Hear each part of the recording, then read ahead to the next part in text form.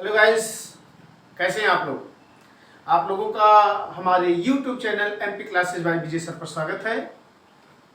आइए आज हम लोग कक्षा 9 से समांतर रेखाएं और तिर्यक रेखाएं हम लोग पढ़ेंगे। आज देखेंगे कि समांतर रेखाएं कौन सी होती हैं, क्या होती हैं, तिर्यक रेखाएं क्या होती हैं, और यदि किसी समांतर रेखा को, दो समांतर रेखाओं को कोई तिर्यक रेखा काटती है तो क्या होता है, कितने कोण बनते हैं।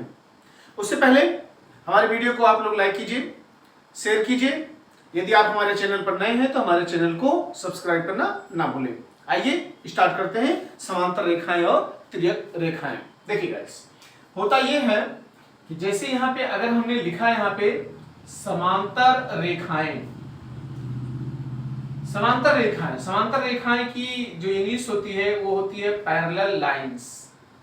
इसे हम लोग कहते हैं पैरेलल लाइंस। समांतर रेखाएं किसे कहते हैं, रेखाओं के बारे में आप लोगों को मालूम होगा।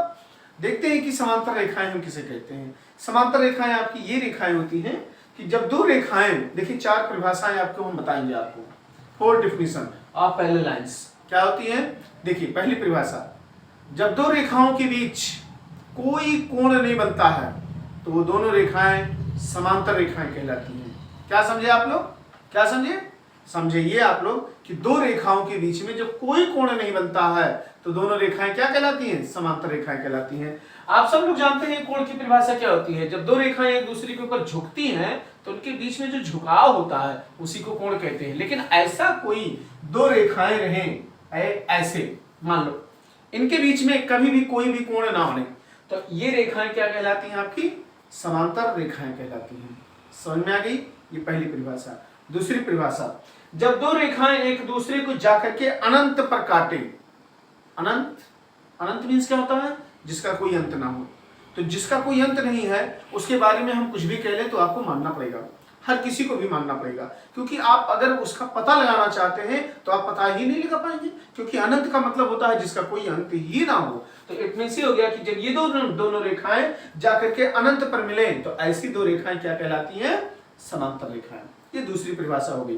तीसरी परिभाषा ये होती है कि जब दो रेखाएं एक दूसरे को कभी ना काटें तो वो तीसरी परिभाषा हो जाती है समांतर रेखा की। और जब ये कहते हैं कि जब दो रेखाओं के बीच का कोण सदैव बराबर होता है, सॉरी, दोनों रेखाओं के बीच की दूरी जो होती है वो बराबर होती है। दो रेखाओं के बीच की दूरी हमेशा बराबर रहे। जैसे यहाँ पे अगर कुछ दूरी अगर है तो यहाँ पर भी वही दूरी रहे, इनको आगे बढ़ा दें ऐसे हम तो यहाँ पर भी वही दूरी रहे। अर्थात जब दो रेखाओं के बीच की दूरी समान होती है तो वो समांतर रेखाएं कहलाती हैं। That's all. ये हो गई चार परिभाषाएं समांतर रेखाओं की। इसके बाद में आप लोगों को मैं ये बताऊं कि तिर्यक रेखाएं क्या चीज होती हैं। तिर्यक रेखा आपकी ये होती है, तिर्यक रेखाएं या तिर्यक रेखा सिर्फ लिखे, इंग्लिश होती है ट्रांसवर्सल लाइन। क्या होती है तिर्यक रेखा, तिर्यक रेखा आपकी ये होती है कि जब कोई रेखा दो समांतर रेखाओं या दो असमांतर रेखाओं को, जैसे कोई दो समांतर ले ले या असमांतर ले ले, इनको अगर कोई रेखा कम से कम दो बिंदुओं पर काटती है तो यह रेखा आपकी तिर्यक रेखा कहलाती है। चाहे वो दो समांतर रेखाओं को काटे और चाहे आपकी वो दो असमांतर रेखाओं को काटे। ये दोनों रेखाएं असमांतर हैं। कैसे असमांतर है, इनको हम पीछे की साइड में ऐसे अगर बढ़ाएं हैं तो कहीं ना कहीं जाकर के ये एक दूसरे को काट देंगे। लेकिन जब समांतर की बात हम लोग करेंगे तो ये एक दूसरे को कतई काटेंगे नहीं। लेकिन हमारी परिभाषा क्या बनती है, परिभाषा हमारी ये बनती है कि जब दो असमांतर रेखाओं, असमांतर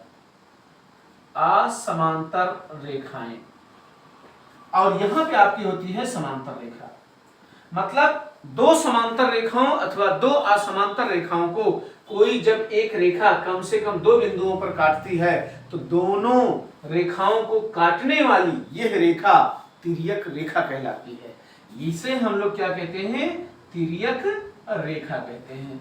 समझ में आ गया गाइस, समझ गए आप लोग। यही चीज आपकी ये होती है, इसे हम लोग कहते हैं समांतर रेखा, ये होती है आपकी तिर्यक रेखा। क्लियर। अब हम लोग बात करेंगे, किसके बारे में बात करेंगे कि जब हमारे पास में कोई तिर्यक रेखा दो समांतर रेखाओं को जब काटती है तो क्या क्या होता है, उनके कटान बिंदु पर कितने कोण बनते हैं, ये आप लोग देखिएगा। आइए हम आपको बताते हैं इसको। अब हम लोग बात करेंगे किसके बारे में कि अगर कोई तिर्यक रेखा किसी दो समांतर रेखाओं को काट दे तब क्या होता है। तब क्या होता है अभी हम आपको बता रहे हैं, एक एक करके परिभाषा हम आपको बताएंगे और कोण के मान को बताएंगे, फिर एक आध हम एग्जाम्पल लेंगे, क्या नाम है, क्वेश्चन के रूप में। यहां पे लिखेंगे जब दो समांतर रेखाओं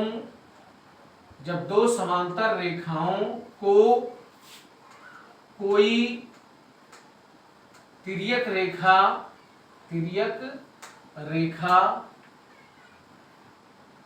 काटती है तो उनके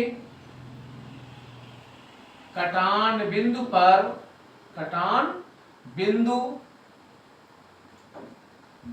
पर निम्नलिखित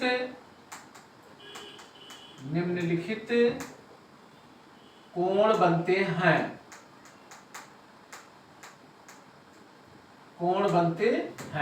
कौन कौन से कोण होते हैं? हम आप लोगों को क्लास 9th में सिर्फ और सिर्फ 3 कोण के बारे में बात करेंगे। वैसे बहुत से कोण बनते हैं, बाह्य कोण, अंतःकोण, एकांतर कोण, संगत कोण, तमाम कोण बनते हैं, बहिष्कोण बनता है, तमाम कोण बनते हैं, लेकिन हम सिर्फ आपको 3 कोण के बारे में बताएंगे और आपके सारे क्वेश्चन उन्हीं 3 कोणों के आधार पर लग के फिनिश हो जाएंगे। ये हमारे पढ़ाने का अलग स्टाइल होता है। आइए देखते हैं कि वो कोण कौन कौन से होते हैं।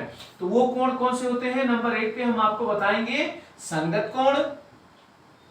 नंबर 2 की बात हम लोग करेंगे यहां पर एकांतर कोण, और नंबर 3 की बात हम लोग करेंगे यहां पर अंतःकोण। हम लोग यही 3 कोण को पढ़ेंगे और इन्हीं तीनों कोणों के आधार पर आपके सारे कोण आपके निकल के सामने आ जाएंगे। जैसे मैं जा रहा हूं बताने के लिए, आप लोग देखिएगा। यहाँ पर देखिए भैया, यहाँ पर ये होता है कि ये एक रेखा है और एक रेखा ये है। ये दोनों रेखाएं समांतर रेखाएं हैं। कैसी रेखाएं हैं? समांतर रेखाएं हैं। इनको कोई एक रेखा आपकी आई है जिसका नाम मैं कह दूं LM। ये LM कोई रेखा है जिसे हम लोग क्या कहते हैं? तिर्यक रेखा कहते हैं। जब ये तिर्यक रेखा इस AB और CD को 2 बिंदुओं पर क्रमशः मान लो P और Q पर जब ये काटती है तो इनके इसी कटान बिंदुओं पर कितने कोण बनते हैं? वो 3 कोण बनते हैं। तीनों का नाम मैंने यहाँ पे लिख रखा है, संगत कोण, एकांतर कोण और अंतःकोण। अब मेन बात ये आती है कि आखिर इनमें से इनके कटान बिंदु पर जो बने कोण है वो कौन कौन से कोण बने। आइए दिखाते हैं, हम आपको बताते हैं। जैसे ये कोण यहाँ पर बना, एक नाम ले लिया, इसका नाम 2 दे दिया, इसका नाम 3 दे दिया, इसका नाम मैंने 4 दे दिया, और यहाँ पर मैंने इसको 5 कह दिया, इसको मैंने 6 कह दिया। ये कोण 7 है, ये कोण आपका क्या है? 8 है। ठीक है, ये चीज आप समझ जाइएगा कि इनके कटान बिंदु पर 4 कोण ऊपर बनते हैं, 4 कोण दूसरे बिंदु पर बनते हैं, दूसरे कटान बिंदु पर। अब इसमें से जो आपकी ये तिर्यक रेखा होती है, इस तिर्यक रेखा के एक साइड में ऊपर ऊपर के कोण और नीचे नीचे के कोण, ये आपके संगत कोण कहलाते हैं। जैसे कोण 1 और कोण 5, ये कोण 1 और कोण 5 आपके संगत कोण कहलाएंगे, क्योंकि इस तिर्यक रेखा की ये ऊपर ऊपर कोण हैं, ये संगत कोण कहलाएंगे। और ये संगत कोण आपस में जब 2 समांतर रेखाएं होती हैं तब इनको काटने वाली तिर्यक रेखा इन पे बनने वाले संगत कोण को बराबर दिखाती है, अर्थात संगत कोण आपस में बराबर होते हैं। इसी प्रकार से ये देखिए 4 और 8, ये 4 नंबर का और 8 नंबर का कोण जो बनेगा ये भी क्या होगा? आपस में बराबर होगा और संगत कोण होगा। इसी प्रकार से इस तिर्यक रेखा के दूसरे साइड में आपका बनता है भैया 2 और बनता है 6, और नीचे की साइड में बनता है 3 और इसके नीचे बनता है क्या? 7। तो इतने कोण जो आपके बनते हैं यहाँ पर भैया, ये क्या कहलाते हैं? ये आपके संगत कोण कहलाते हैं, और ये आपस में क्या होते हैं बाबू? बराबर होते हैं। समझ में आ गई बात? अर्थात कोई तिर्यक रेखा आपके पास में अगर है, वो समांतर रेखा को 2 बिंदुओं पर काटी है, तो इस तिर्यक रेखा के एक ओर के ऊपर के कोण, नीचे नीचे के कोण, फिर दूसरे साइड के ऊपर के कोण, नीचे नीचे के कोण, ये सभी कोण कहलाते हैं आपके संगत कोण, और ये संगत कोण आपस में बराबर होते हैं। इसी प्रकार से जब हम एकांतर कोण की बात जब करते हैं तो एकांतर कोण में आपका ये आता है कि जो तिर्यक रेखा आपकी होती है, इस तिर्यक रेखा के एक रेखा के नीचे, एक समांतर रेखा के नीचे वाला कोण और इसके जस्ट बगल में यानी इसके दूसरी साइड में, जैसे ये ऊपर इधर की बात हो गई, ये इधर की बात हो गई, ये नीचे वाला कोण, अर्थात कोण जो आपका 3 होता है और जो कोण आपका 5 होता है, ये दोनों आपस में एकांतर कोण कहलाते हैं और ये आपस में बराबर होते हैं। इसी प्रकार से इधर वाला 4 और इधर वाला 6, ये कोण आपका क्या कहलाता है? एकांतर कोण कहलाता है। ठीक इसी प्रकार से जब हम लोग अंतः कोण की बात जब करते हैं तो इसके लिए ये होता है कि जो तिर्यक रेखा जो होती है, इसके एक साइड में एक समांतर रेखा के नीचे और एक समांतर रेखा के ऊपर, ये दोनों कोण क्या कहलाते हैं भैया? ये कहलाते हैं अंतः कोण। और ये अंतः कोण आपस में बराबर नहीं होते हैं, लेकिन इनको जब जोड़ते हैं तो इनका मान 180 अंश मिलता है। इसी प्रकार से दूसरी साइड में जब चलेंगे तो 3 और ये 6 जो आपका होगा, यह अंतः कोण कहलाएगा और इनका योगफल कितना होता है भैया? 180 अंश आपका होता है। अर्थात यहाँ पे ये है कि जब दो समांतर रेखाओं को कोई तिर्यक रेखा काटती है तो उनके कटान बिंदु पर निम्नलिखित कोण जो बनते हैं उनमें क्या बनते हैं? कौन कौन से कोण होते हैं? मैं 3 कोण की मैंने बात किया, मैंने पहले ही आपसे बताया है कि इसमें तमाम कोण बनते हैं, लेकिन हम मात्र 3 कोण की बात करेंगे, संगत कोण, एकांतर कोण और अंतः कोण। अब इसमें संगत कोण जो आपके होते हैं वो आपके 1 5 हो गए जो कि बराबर हैं, इसी प्रकार से 4 और 8 हो गए जो कि बराबर हैं, और 2 6 हो गए जो कि बराबर हैं, और 3 और 7 हो गए जो कि बराबर हैं। इसी प्रकार से एकांतर कोण आपके 3 और 5 हैं और 4 और 6 हैं, और अंतः कोण में आपका 4 5 होता है जिनका योगफल 180 अंश होता है, और ठीक इसी प्रकार से 3 और 6 होते हैं जिनका भी योगफल 180 अंश होता है। तो ये हो गया आपका, जब दो समांतर रेखाओं को कोई तिर्यक रेखा काटती है तो उनके कटान बिंदु पर संगत कोण, एकांतर कोण तथा अंतः कोण बनते हैं। संगत कोण आपस में बराबर होते हैं, एकांतर कोण आपस में बराबर होते हैं, और अंतः कोणों का योगफल 180 अंश होता है। अब इसी पर एक हम क्वेश्चन आपको दे रहे हैं, लगा के दिखा रहे हैं, देखिए कि कैसे हम मान को निकालते हैं। तब तक आप लोग इसे नोट कर लीजिए।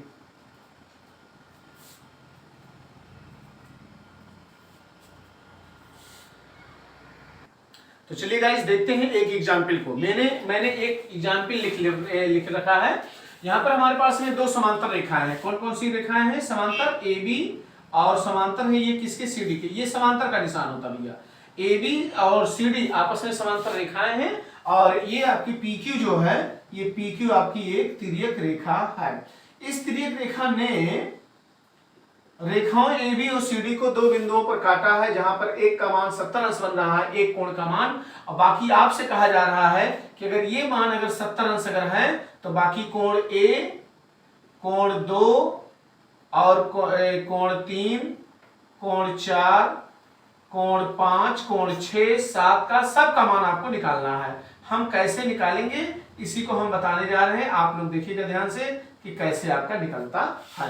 ये 7 कोण निकालेंगे, एक कोण का मान आपको दे रखा है, तो कैसे हल करेंगे आइए देखते हैं। अब चूंकि आप लोग यहाँ पे जानते हो कि 70 अंश और ये बराबर हो जाएगा कोण 4 के। क्यों बराबर हो जाएगा?